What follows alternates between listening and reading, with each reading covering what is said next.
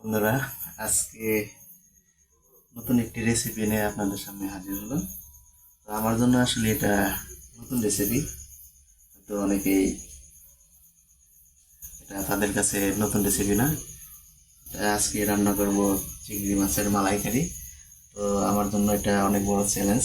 তো বউ বলছিল আসলে সারা জীবন তো আমি রান্না করে খাওয়ালাম, আজকে তুমি রান্না করে খাওয়ানো। আমি এই চ্যালেঞ্জটাকে আজকে মোকাবেলা করতেছি। তো দেখি কেমন হয় আজকের চিংড়ি মাছের মালাইকারি। দেখতে থাকুন, ভিডিওটি সাথে থাকুন। আমি প্রথমে একটু লবণ দিয়ে দিচ্ছি এই গলদা চিংড়ি মাছের। এখানে 9টা মাছ নিয়ে নিয়েছি আমরা। সেই সাথে একটু হলুদ দিয়ে দিচ্ছি মাছের উপরে। এরপর হলুদ দিয়ে ভালোভাবে মাখিয়ে নেব। হলুদটা মাখানো হয়ে গেছে, মাছটি ভেজে নেব। তার জন্য আমি সর্ষের তেল ব্যবহার করতেছি। সর্ষের তেলে ভাজবো মাছগুলি। তো অনেকে সাদা তেল ব্যবহার করতে পারে, তো আজকে আমি সর্ষের তেল দিয়েই রান্না করব। তো মাছগুলো এক এক করে আমি ভেজে নিচ্ছি। তো এগুলো কিন্তু বেশিক্ষণ ভাজা যাবে না, বেশি ভাজলে পরে কিন্তু মাছগুলি শক্ত হয়ে যাবে, রাবারের মতো করে হবে। তাই 2-1 মিনিটের মধ্যে ভাজা শেষ করতে হবে। মাছগুলি আমার ভাজা হয়ে গেছে, এরপর উঠে নিচ্ছি, কারণ এগুলো চিংড়ি মাছ বেশি ভাজা যাবে না, বেশি ভাজলে শক্ত হয়ে যাবে। মাছগুলি আমি নামিয়ে নিচ্ছি। দেখেন কত সুন্দর ভাজা হয়ে গেছে মাছগুলি। এরপর আমি ভাজা তেলের সাথে আর একটু তেল মিক্স করে দিয়ে দিছি এখানে 2টি এলাচ, 1টি দারচিনি আর 2টি তেজপাতা। এরপর ভালো করে নাড়াচাড়া করে এগুলি ভাজতে হবে। এরপর দিয়ে দিচ্ছি আগে থেকে কেটে রাখা পেঁয়াজ কুচি। তো পেঁয়াজ কুচিগুলো কিন্তু ভালোভাবে ভেজে নিতে হবে। পেঁয়াজগুলি ভালো করে ভেজে দিচ্ছি। গ্যাসের চুলা আস্তে একটু বাড়িয়ে দিচ্ছি।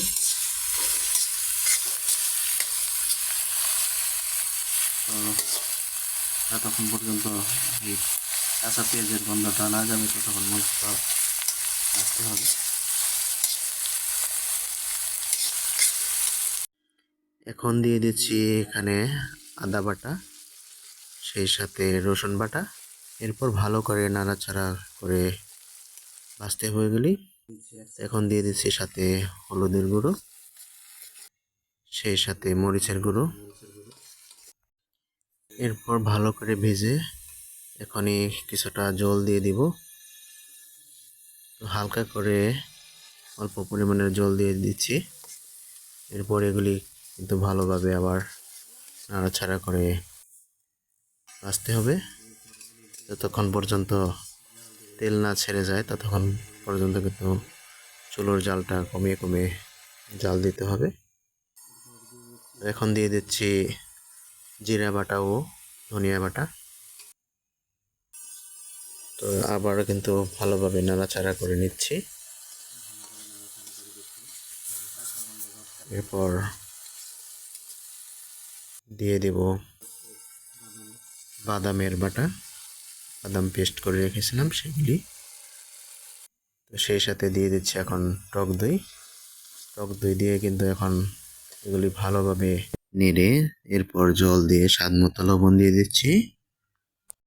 এখন কিন্তু চুলার আঁচটা মিডিয়াম রেখে এরপর ভালোভাবে এগুলি জাল দিতে হবে। তো এখন ঢেকে রেখে দেব 5-6 মিনিটের জন্য। এরপর 5-6 মিনিট পরে ঢাকনা উঠিয়ে দেখেন ঝোলটা অনেকটাই কমে গিয়েছে। এখন একটু নাড়াচাড়া করে দেব যেন নিচে না লেগে যায়। তো এখন কিন্তু দিয়ে দেব আগে থেকে ভেজে রাখা চিংড়ি মাছগুলি। তো এক এক করে দিয়ে দিচ্ছি। তো এরপর কিছু কাঁচা লঙ্কা দিয়ে দিচ্ছি যেন ফ্লেভারটা সুন্দর আসে। এরপর একটু দিয়ে দেব নারিকেলের দুধ। তো আগে থেকে পেস্ট করে রেখেছিলাম নারিকেলের দুধ। এরপর কিছুটা সময় জাল দেব যেন তেলটা বেরিয়ে আসে, তো এরপর নামিয়ে ফেলবো। এই হয়ে গেছে আমাদের চিংড়ি মাছের মালাইকারি, দেখতে পাচ্ছেন কালারটা খুব সুন্দর হয়েছে। তো এখন গরম গরম পরিবেশন হবে চিংড়ি মাছের মালাইকারি। তো গানটা কিন্তু দারুণ আসতেছে আমার নাকে। তো জানি না কেমন রান্না হয়েছে। তো আজকে ফাইনালি রান্না করলাম চিংড়ি মাছের মালাইকারি। তো জানি না কেমন হয়েছে, একটু খেয়ে দেখবো দেখি কেমন রান্না করলাম আজকে।